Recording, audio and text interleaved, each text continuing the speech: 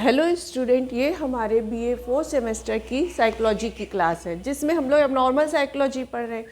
आज की क्लास में हम लोग पढ़ेंगे जो असामान्य व्यवहार हैं वो दो प्रकार में बटे हैं। दो प्रकार यानी कि एक थोड़े सरल रूप में असामान्य व्यवहार होते हैं, एक थोड़े ज़्यादा जटिल या गंभीर असामान्य होते हैं।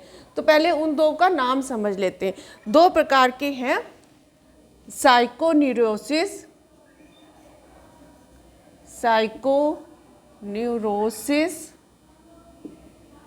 और क्या, साइकोन्यूरोसिस एंड साइकोसिस, इसको साइकोन्यूरोसिस को न्यूरोसिस भी बोलते हैं। एक प्रकार है साइकोन्यूरोसिस या न्यूरोसिस, दूसरा प्रकार है साइकोसिस।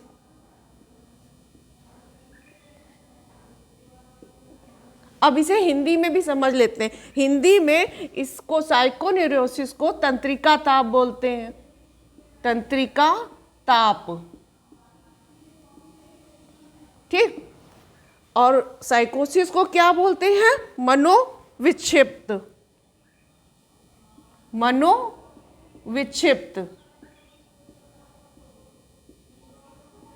इतना समझ गया? साइकोन्यूरोसिस, जिसे न्यूरोसिस भी बोलते हैं, हिंदी में तंत्रिका ताप बोलते हैं। दूसरे प्रकार है साइकोसिस, जिन्हें हिंदी में मनोविक्षिप्त बोलते हैं। असमान व्यवहार में इन जो असमान व्यवहार है उनका वर्गीकरण दो भाग में कर दिया गया है, एक साइकोन्यूरोसिस, एक साइकोसिस।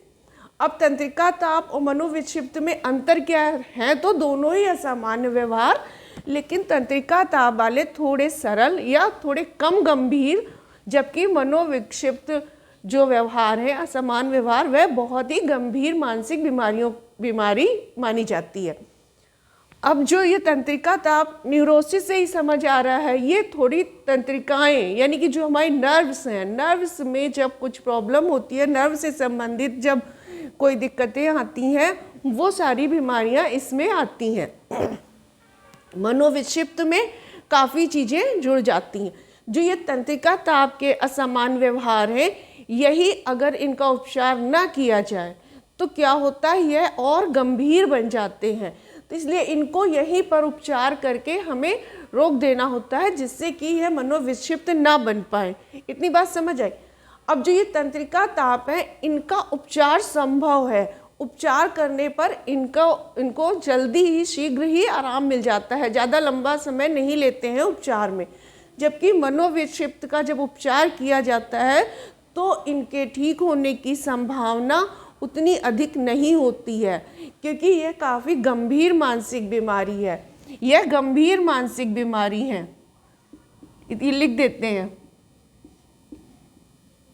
गंभीर मानसिक बीमारी है। इसके अंतर्गत ये एक नाम नहीं है, इसके अंतर्गत बहुत सारी बीमारियां हैं और इसके अंतर्गत भी, लेकिन यह गंभीर मानसिक बीमारियां हैं,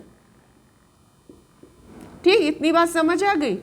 जबकि यह कम गंभीर है, कम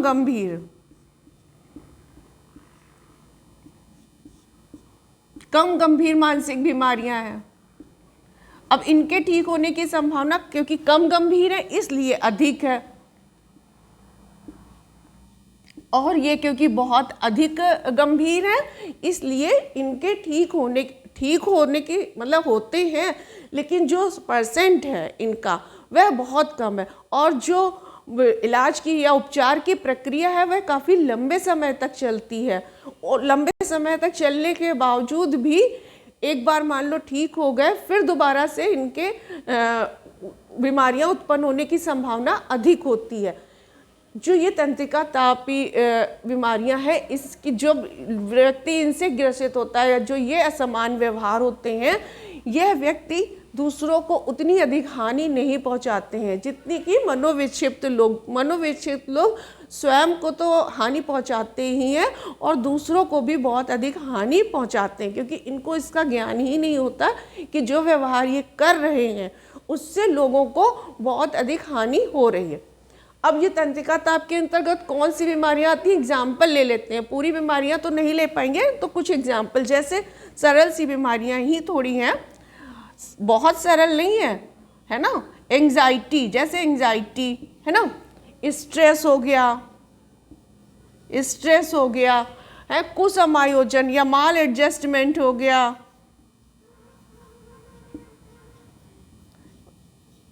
है ना, ये या अंतर्दृष्टि का अभाव हो गया, लैक ऑफ इंसाइट हो गया। तो ये सारी बीमारियां किसके अंतर्गत आ रही हैं? हमारी तंत्रिका ताप के अंतर्गत, जो कि थोड़ी कम गंभीर हैं और जिनका अगर उपचार करते हैं या करवाते हैं तो इनको हम सुधार सकते हैं। लेकिन अगर हम इनका उपचार नहीं कराते तो यही आगे चल के गंभीर रूप ले लेती हैं और गंभीरता की ओर चली जाती हैं। इसलिए इनका उपचार यहीं पे कर देना चाहिए। इसके अंतर्गत कौन सी बीमारियां आती हैं हमारी? सबसे पहले, मतलब पहले क्या, आगे पीछे कोई भी कर सकते हैं, सीजोफ्रेनिया। इसमें पहले कौन सी आती है? सीजोफ्रेनिया, है ना, पैरानोइया। ये सारी कुछ बीमारियां हैं जो कि इसके अंतर्गत आती हैं। सीजोफ्रेनिया एक काफ़ी गंभीर बीमारी है। इसके जो पेशेंट होते हैं उनके ठीक होने की संभावना बहुत ही कम % होती है। पैरानॉइड होते हैं उनके भी ठीक होने की संभावना बहुत कम होने लगती है, क्योंकि अगर एक बार ठीक भी हो जाते हैं तो दोबारा होने की संभावना बढ़ी रहती है। तो ये सारी बीमारियां जो होती हैं और वो इसमें आती हैं। और अल्कोहलिक, जो अल्कोहलिक लोग होते हैं, बहुत ज़्यादा अल्कोहलिक वाले जो हैं, वो भी इसी के गंभीर मानसिक बीमारियों के अंदर उनसे अल्कोहल छुड़वा पाना बहुत ही कठिन होता है। अगर छोड़ भी देते हैं तो दोबारा से फिर से स्टार्ट कर देते हैं। तो कौन से भी आ जाते हैं?